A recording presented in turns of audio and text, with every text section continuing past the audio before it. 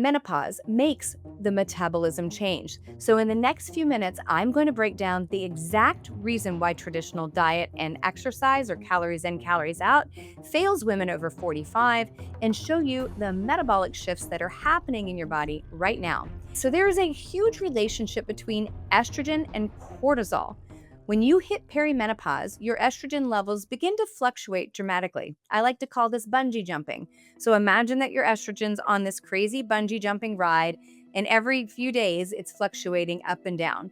For many women, we get more symptomatic. We see more mood changes, more sleep issues. We might see changes in our skin, changes in our periods. That is because of the change in estrogen.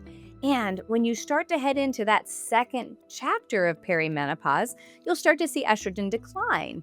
And so this doesn't just affect our reproduction. This actually fundamentally changes how your body stores and uses and burns fat. Estrogen helps regulate insulin sensitivity, which means as it declines, you become more likely to store fat, especially around your midsection. When estrogen declines, it creates this domino effect. When that's happening, the domino is actually hitting the hormone cortisol. When estrogen drops, cortisol tends to spike and go up. So cortisol becomes elevated, and cortisol is directly linked to belly fat accumulation. So cortisol is our stress hormones. So just the loss of estrogen is going to cause the spike in cortisol. Payoff number 2, I talked a little bit about this hormone, but I'm going to go a little deeper. It's the insulin resistance factor. So insulin is a hormone, and it is made by your pancreas. And when you enter your 40s and beyond, your body becomes more insulin resistant. This means the carbohydrates that you could easily process in your body when you were younger now triggers larger and larger amounts of insulin to transport it, and it promotes fat storage rather than fat burning.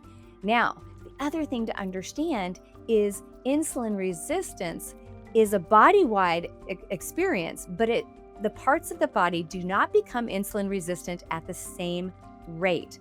So what's important to know is the first system that tends to become insulin resistant is your muscle tissue. So this is the big muscles that move you, like your legs and your arms and your abdomen, your back and your butt cheeks, right? All of those muscles that help you move. Those muscles are the first ones to become insulin resistant. They are also the most important body organs to actually burn your carbohydrates or burn your fat. So let's talk about sleep, right? So sleep is so vital that we spend, a quarter of our life, if not a third of our life, actually sleeping. And there's a nightly process that happens while you're sleeping that could be the hidden reason why your metabolism seems broken. Most women completely overlook this, but fixing this could be the key to losing that final bit of stubborn belly fat that's been bugging you, right? So let's talk about the sleep metabolism connection. Poor sleep is extremely common during perimenopause and menopause, with up to 60% of women reporting sleep disturbances as one of their primary symptoms. But what most women do not realize is it dramatically affects your weight loss effort. So just one night of poor sleep can increase your hunger hormone, ghrelin, by up to 15%. And it can also decrease the sensitivity to your hormone leptin that helps you with satiety. And it can reduce your insulin sensitivity by 25%. So literally one bad night of sleep. And it can elevate your cortisol, which, as we discussed before, can promote belly fat storage. This creates this perfect storm. You're hungrier, you're less satisfied by food, you're more likely to store it, and you're more likely to store what you have as fat, and you're more prone to stress eating, and you actually get signals in your body that tells you to eat more comfort food, and also become more sedentary. It's a metabolic disaster, and it happens night after night for women over 45.